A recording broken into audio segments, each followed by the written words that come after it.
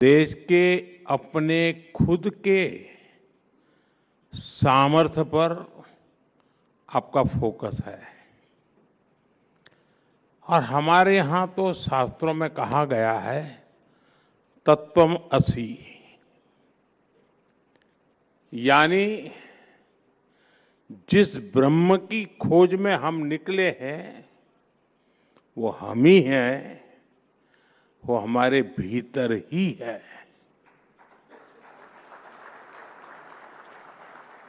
जो सामर्थ्य हमारे भीतर है उसे हमें पहचानना है।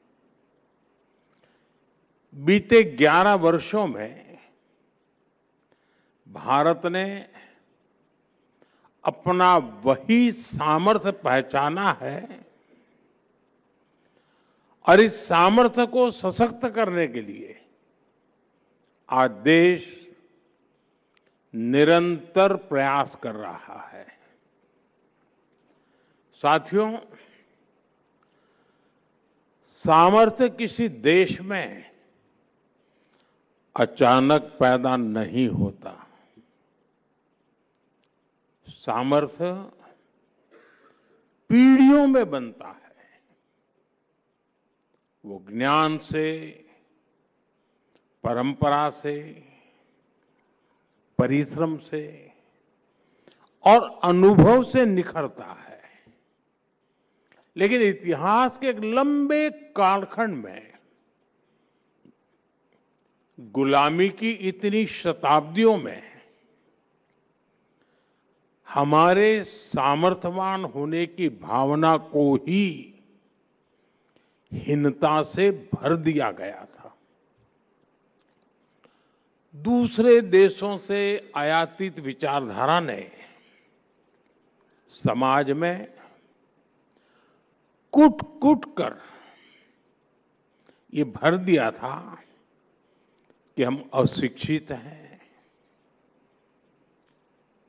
और अनुगामी यानी फॉलोवर हैं।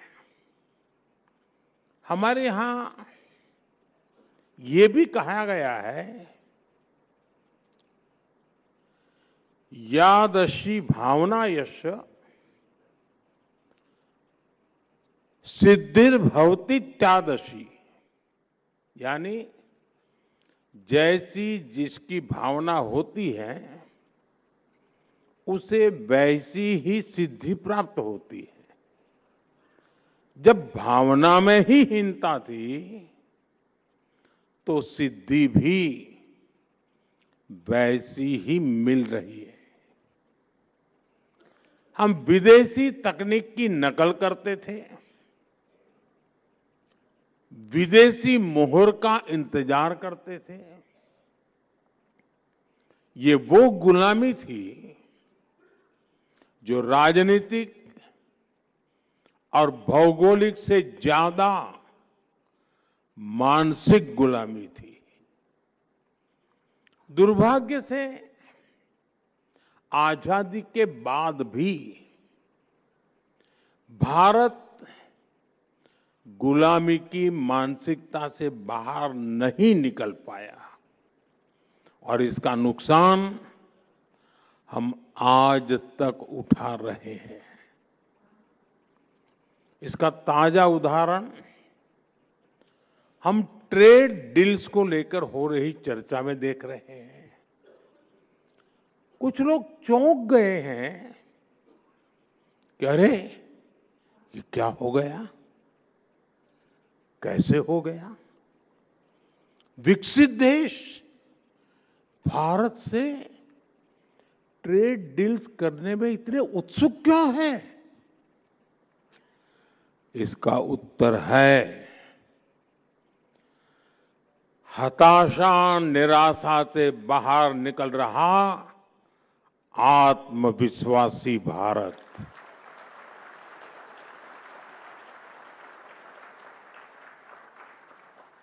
अगर देश आज भी 2014 से पहले वाली निराशा में होता, फ्रेजाइल 5 में गिना जाता,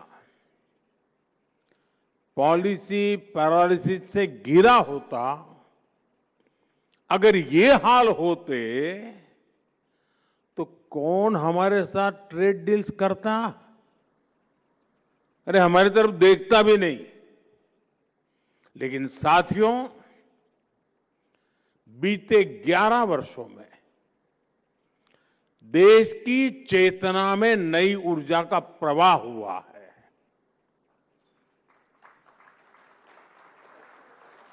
भारत अब अपने खोए हुए सामर्थ्य को वापस पाने का प्रयास कर रहा है। एक समय में जब भारत का वैश्विक अर्थव्यवस्था में सबसे ज्यादा दबदबा था, तो हमारा क्या सामर्थ्य था? भारत की मैन्युफैक्चरिंग, भारत की प्रोडक्ट्स की क्वालिटी, भारत की अर्थनीति। अब आज का भारत फिर से इन बातों पर फोकस कर रहा है। इसलिए हमने मैन्युफैक्चरिंग पर काम किया, हमने मेक इन इंडिया पर बल दिया, हमने अपनी बैंकिंग सिस्टम को सशक्त किया, महंगाई जो डबल डिजिट की दर से भाग रही थी उसको कंट्रोल किया और भारत को दुनिया का ग्रोथ इंजन बनाया।